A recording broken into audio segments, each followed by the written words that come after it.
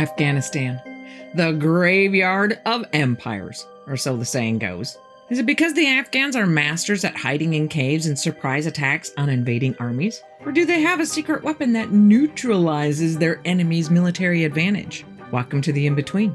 I'm Carol Ann, and today we take a rare trip to the mountains of Afghanistan to find out if something could be using its giant finger to tip the scales in the favor of Afghan fighters. But there is more to this story than most people know, so make sure you stick around for the entire story of the Giant of Kandahar.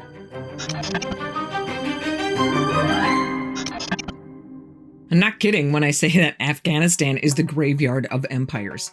Every relatively modern empire that's tried to conquer it fails to one degree or another. The British tried it in the 19th century, the Russians in the 20th, and not learning from lessons of history, the United States decided to give it a whirl for the first 20 years of the 21st century. The British wanted to protect their newly acquired territories in India. The Russians wanted to protect Afghanistan's newly elected communist government. But the American quest was a little different. Regardless of how you believe the fight started off, the United States went to Afghanistan looking for this guy who was being hidden by these guys somewhere in the caves of the Afghan countryside. And there we were, playing a very long and frustrating game of whack-a-mole, sending troops out on mission after mission into cave after cave, looking for the needle in the haystack. And if you watch other channels like this one, you may have heard of some of the freaky things they encountered along the way. Tales of encounters with ghosts, jinn, floating orbs, and glowing eyes in the dark desert landscape spread through the grapevine from base to base. But one story turned out to be a little bit different than the others. It starts in 2002 with a patrol that goes out somewhere in the Kandahar province, but they don't come back. No distress calls, no nothing. So a second patrol is sent out to find them. As the second patrol is hiking through the same area that the missing patrol should have already been through, the recovery patrol rounds a bend in the path, revealing the entrance to a large cave. When they look around, they notice pieces of military gear scattered all over the ground, and their own communications gear, as well as bones. Knowing something not friendly is most likely in that cave, they spread out and get ready to engage whatever it is. But before they even have a chance to ask for the first dance, this massive 12 to 15 foot giant carrying a long spear comes flying out of the cave.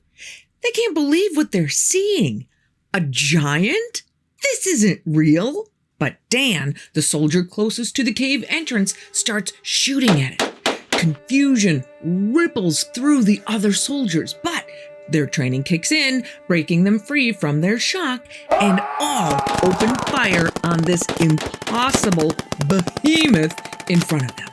The giant has scarlet red hair down to its shoulders with a beard to match, and it's moving with a speed and dexterity that doesn't match its lumbering frame. It takes the long spear and with one quick thrust impales Dan and waves him around like a flag.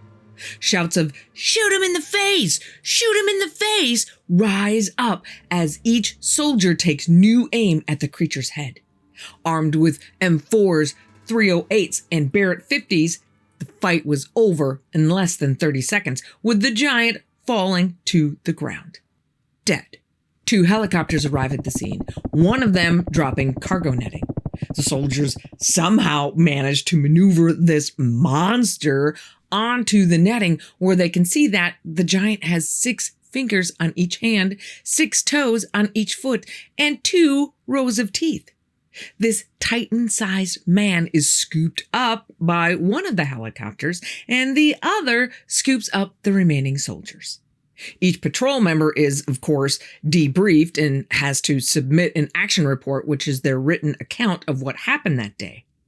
Interestingly enough, they all were told to rewrite their action reports to match someone else's narrative, effectively hiding the truth of what happened in front of that cave.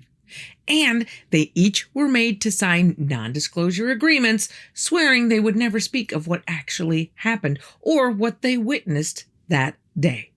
So that's it. That is the story of the Kandahar Giant. And I will admit, the first time I read it, I was pretty dang skeptical. So is there anything to back it up? How about eyewitness testimony? And not just from one soldier, not two, but 3 different people coming forward to tell the truth of what they saw and experienced.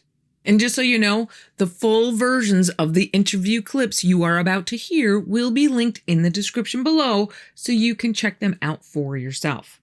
The first soldier to come forward is known only as Mr. K. And if you've read or heard anything about this story before, it's probably his account that it came from.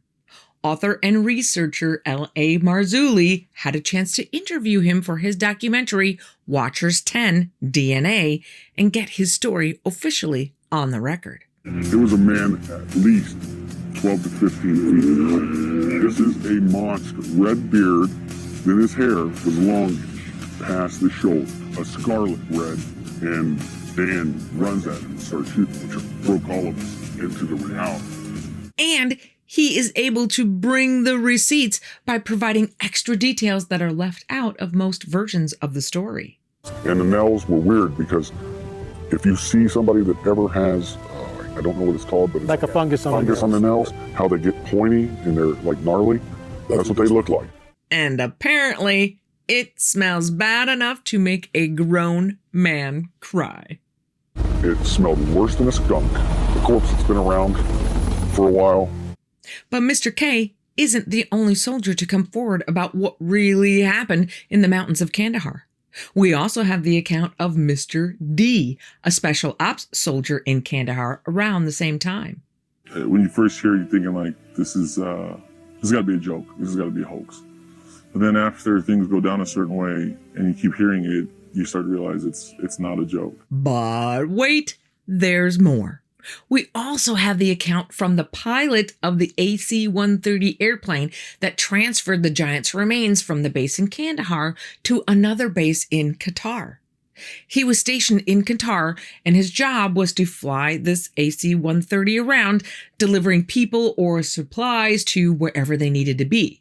It was a completely normal mission for us. We were not alerted for anything abnormal. It was in the middle of the day. I remember coming into a base in Afghanistan called Bagram. So he flies into Bagram Air Base to deliver whatever his cargo is that day and is told to taxi to the very end of the tarmac. They unload the equipment that they have in the back and are met by what he calls babysitters who tell him, no cameras, no questions. Today's load is very high value. The pilot and the other 5 guys on his crew are pretty curious when the shipment is loaded onto the plane. The shipment, which even covered it in a tarp, smells like a body that has been dead for 2 days and hasn't showered in 10 years. The pallets they use to haul equipment are 9 by 12 feet, and the body laying on this pallet fills the pallet, even though it's in the fetal position. Even taking into account the fact that it was dead, the pilot says the color of its skin was not that of someone of Afghan or Arabic descent. It was really pale. The Giant's feet are sticking out from under the tarp, barefoot but wrapped in something like canvas, and are way bigger than any of theirs. The loadmaster, the guy who actually loaded the pallet onto the plane, says the load is 1,500 pounds. So when you take off the weight of the pallet and the rigging included to keep the load on the pallet, his estimate is 1,100 pounds. We took him all the way back to Al Udeid in Qatar, where he was transloaded onto another airplane. I believe it was a C-17. I was done with my mission then. I got away from it. I was done. I did ask some questions later of, where it might have gone. And as the grapevine goes, it was probably taken back to the United States. And the words I heard were right, Pat. But again, I don't know. Right, Pat might sound familiar to some of you UFO buffs out there. Wright-Pat stands for Wright-Patterson Air Force Base in Ohio, whose infamous Hangar 18 almost as well known in the ufology community as Area 51, is the place that many pieces of physical UFO evidence, both living and not, are rumored to be taken. Timothy Alberino and Steve Quayle, both of whom are authors and researchers, were both with the pilot when he was interviewed. Timothy Alberino had this to say about the pilot on the Blurry Creatures podcast. We interviewed him for the documentary, and we got to spend some time with him. Really nice guy, really credible guy in my estimation. Again, he showed us his credentials, and he was active duty. He was active duty AC-130 pilot. And it turns out that our pilot is no dummy. The pilot that we interviewed purposely withheld some details about his experience. And he told us that he did. He did that. He said, I'm not going to tell you guys, there's specific details I'm going to withhold. And the reason he did that was so that if somebody else comes out talking about this incident, he would be able to confirm if those people were telling the truth. At some point after his interview, the pilot sees the interview of Mr. K by L.A. Marzulli. The AC-130 pilot got in contact with us, and he was very excited. And he said, this guy's legit. He's telling the truth. He describes some of the details that I purposely withheld. He was very excited about it. Now, as if what we've heard so far isn't interesting enough, here's the really crazy part. The original story from Mr. K that comprises the version that most people have heard took place in 2002. The AC-130 pilot says his giant cargo run happened in 2005. So that led us to believe that either LA's giant was the same story, or it was another one of the same species in the general vicinity. Wow. So it was a second giant. A second giant! But I guess that would make sense. Even if these things live longer than we do, they would still need to breed at some point. There has to be a decent number of them in existence for there to even be just one that we see. And sometimes it seems like the giants of Kandahar are not a very well-kept secret. On his YouTube channel, L.A. Marzulli interviewed a man named Ray, whose dad grew up in the Kandahar region. Ray told stories he heard from his father about finding a footprint as big as he was when he was a teenager, and of Ray's grandmother deliberately leaving animals tied up close to the opening of one of the caves in the area and never going back for them. Sacrifices? Offerings? Keeping the peace? But is this just some random population of giants that just happen to inhabit the caves of Afghanistan? Probably not. Remember, today we live in an age of disbelief and ridicule around the subject of giants. But it hasn't always been this way. Even Abraham Lincoln refers to giants right here in North America in a lecture he gave about Niagara Falls. The eyes of that species of extinct giants whose bones fill the mounds of America have gazed on Niagara as ours do now. According to Paul Wallace, in his documentary on his YouTube channel, The Fifth Kind, there are references to giants just like the Kandahar giant in lots of places, like the Bible. 1 Chronicles 20, verse 6. And yet again there was war at Gath, where was a man of great stature, whose fingers and toes were 24, 6 on each hand and 6 on each foot, and he also was the son of the giant. Josephus, a Roman Jewish historian, referring to a battle around the time of Joshua, wrote, The race of giants, who had bodies so large and countenances so entirely different than other men, that they were surprising to the sight and terrible to the hearing.